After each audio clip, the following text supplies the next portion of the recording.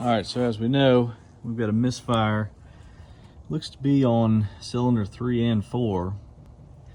I've looked at these wires just visually inspection. They look fine. So pull the plugs, check those out, and probably just go ahead and replace those. And I might go ahead and replace the wires too, just due to age and mileage. So we'll be back.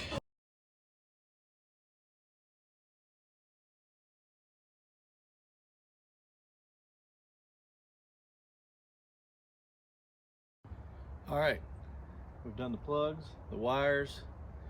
We had to do some injectors too, but we got the misfire cured.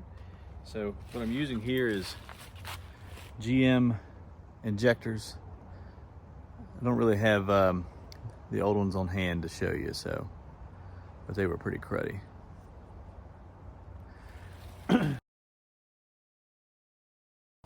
only used genuine GM injectors for the simple fact I've heard horror stories of aftermarket injectors, and I had a horror story of my own way back in the day when I was a teenager on a Corvette. So I don't really want to go down that route again. I'd rather just fix it right the first time. A lot of times you can actually pick up these injectors on eBay for pretty cheap. I think I bought this whole set for like 60 bucks. If you do enough looking and you know exactly what part number you need, sometimes you can snag a good deal, and I got all 8 for 60 bucks, so it was good to go.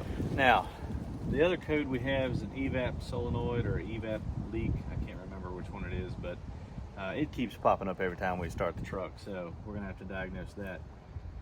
Pretty common on these things. I don't remember the code off the top of my head, but it should be a pretty easy fix, so we'll bring you in on that one next. But as of right now, no misfires, idle smooth, run smooth, so she's coming right along.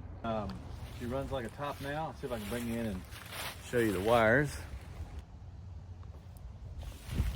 Them's racing wires.